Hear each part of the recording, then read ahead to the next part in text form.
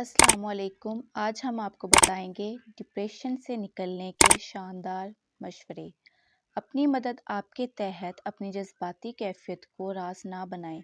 यानी अगर आपने कोई बुरी खबर सुनी या कुछ बुरा हुआ तो इसे करीबी काबिल एतमाद दोस्त से शेयर कर लें।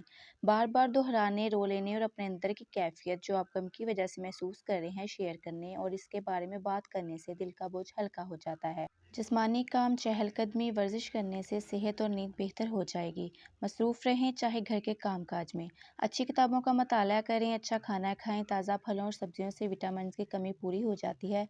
शराब नोशी से दूर रहें। कुछ लोग समझते हैं कि शराब पीने से डिप्रेशन कम हो जाता है, लेकिन हकीकत में शराब नोशी से डिप्रेशन की शिद्दत ज़्यादा हो जाती है।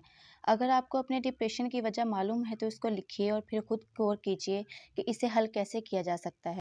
यानी इलाज भी लिखिए। मायूस ना हो, अपने आप को याद दिलाएं कि जिन हालात से आप गुजर रहे हैं उनसे और लोग भी गुजर चुके हैं। इससे आपका डिप्रेशन ख़त्म या कम हो जाएगा, चाहे आपको फ़ौरन इसका एहसास ना हो। अगर आपको ये वीडियो पसंद आई हो तो वीडियो को लाइक करें, चैनल को सब्सक्राइब करें। शुक्रिया।